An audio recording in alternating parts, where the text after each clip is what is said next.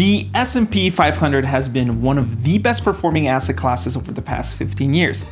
It has made any stock picker look like a fool, it's left value and factor investors in the dirt, and convinced many that indexing is the only rational option. And though there are merits to these arguments, I think it's important to understand an asset class profile, expectations, and history in order to make informed decisions as one looks forward into the future. And whether you love the S&P or hate it, one thing is undeniable.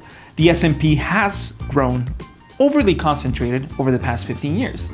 According to Morgan Stanley in the paper Stock Market Concentration, How Much is Too Much?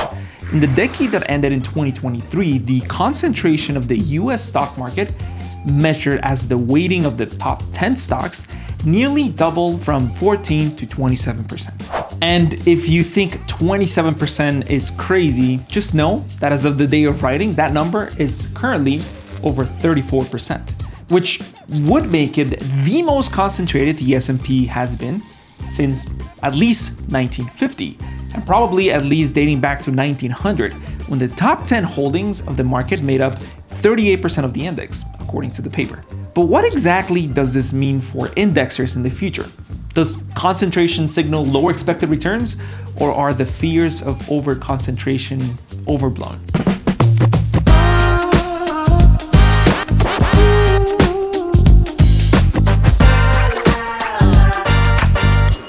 Before talking about the good, the bad, and the ugly of market concentration, we must first ask the question, is there anything wrong with concentration? Is there a correct level of concentration? This is what the authors do in the paper. By the way, I'll be referring back to this paper throughout the video, and I'll refer to it as the paper. So I encourage you to take the time to read the paper if you want to dive deeper into this topic. I think it's actually quite a good read. Now, I think the best place to start is to see what history has to say. And it turns out that, at least historically, the top 10 holdings have made up, on average, anywhere from 15% to a quarter of the index. Currently, we're well above that. On the bright side, it's important to keep in mind that this level of concentration is also not too horrible when compared to other global markets. See, the top 10 names made up over 50% of the market cap in both Switzerland and France in 2023. And at least 8 other countries beat the States in terms of concentration. So maybe concentration is just part of market cap weighting. It comes with the package. And there is an argument for concentration as long as it's somewhat tied to fundamentals and value creation to society as a whole. And this is what the authors find. In 2023, we estimate that the aggregate economic profit for the US public companies in our universe was $481 billion, and that the top 10 companies by market capitalization contribute $331 billion to that total. From a fundamental perspective, it seems that these companies did in fact earn the right to earn outsized returns. So the level of growth and concentration over the past 15 years is at least somewhat tied to fundamentals. Think about it like this. A market that is in the process of gaining concentration is likely a winning market. By design, it will invest in the largest holdings. And if these holdings in turn keep on getting larger and larger, it's likely that they're appreciating at a higher rate than the rest of the market. According to the paper, a limited number of stocks have played a large role in the market's total return. For example, the appreciation of 7 stocks dubbed the Magnificent Seven were responsible for more than one half of the S&P 500's gain of 26.3% in 2023. That's honestly amazing. I mean, one way indexers would hope for a market to keep concentrating. That would be the best of outcomes.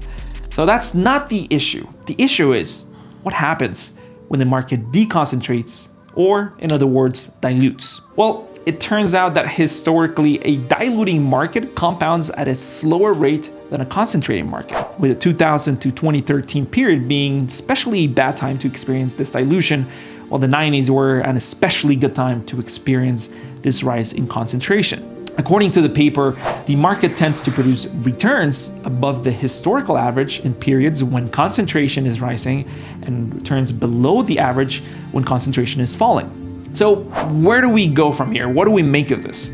Well, it seems to me that if you're an indexer, your best bet is to hope that the market keeps concentrating, at least in the short term. But what if concentration begins falling, as it's likely to do at some point? Here are 3 thoughts. The first one is, consider adding trend following.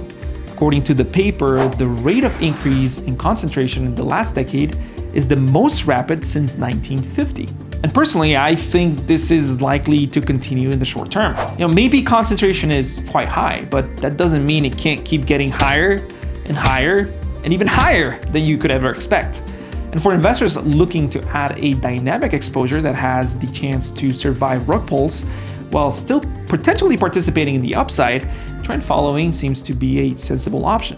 Second, consider adding active exposures. According to the paper, when large cap stocks do well relative to small cap stocks, the percentage of mutual funds that outperform the benchmark tends to go down. The reverse is also true, so there does seem to be some negative correlation between active management success and concentration. And I think this makes intuitive sense.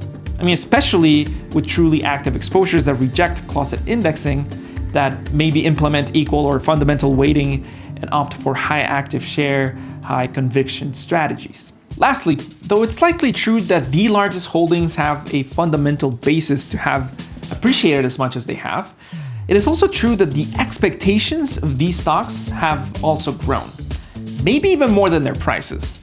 Particularly, valuations seem to suggest that investors expect these mega caps to continue performing as they have well into the future, and in turn for the market to keep concentrating. But if one were to bet on market concentration falling, then investing in cheaper and smaller firms would seem to be a more sensible option.